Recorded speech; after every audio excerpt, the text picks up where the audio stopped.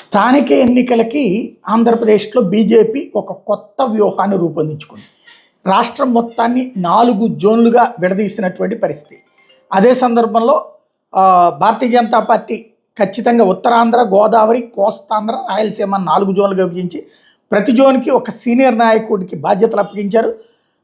రాష్ట్ర ఆరోగ్య మంత్రి వై సత్యకుమార్, తర్వాత రమేష్ నాయుడు, నాగోతు రమేష్ నాయుడు, ఈశ్వర్రావు, వీళ్ళందరినీ కలిపేసేసి కొంతమందితో కమిటీ ఒకటి ఏర్పాటు చేశారు. వీళ్ళందరూ సీనియర్లు అందరూ కలిసి వీటిని పర్యవేక్షించేటట్టు గెలుపు అనేటటువంటిది ముఖ్యమైనటువంటిది అన్నది, ఇచ్చిన సీట్లు ఆ సీట్లతో పాటు అంటే ఏది కావాలని అడగాలి, అలాగే విజయం ఎలా సాధించాలన్నటువంటి దాని మీద వ్యూహరచన చేస్తుంది భారతీయ జనతా పార్టీ రాష్ట్ర కమిటీ. దానికి అనుగుణంగా ఈ సోము వీర్రాజు దగ్గర నుంచి గారపాటి సీతారామ చౌదరి, సురేష్ రెడ్డి, జయప్రకాష్ నారాయణ, ఆదినారాయణ రెడ్డి, పొదల వెంకట పార్థసారథి వీళ్ళందరినీ కూడా ఇందులో కమిటీలో మెంబర్లుగా వేసుకొచ్చారు.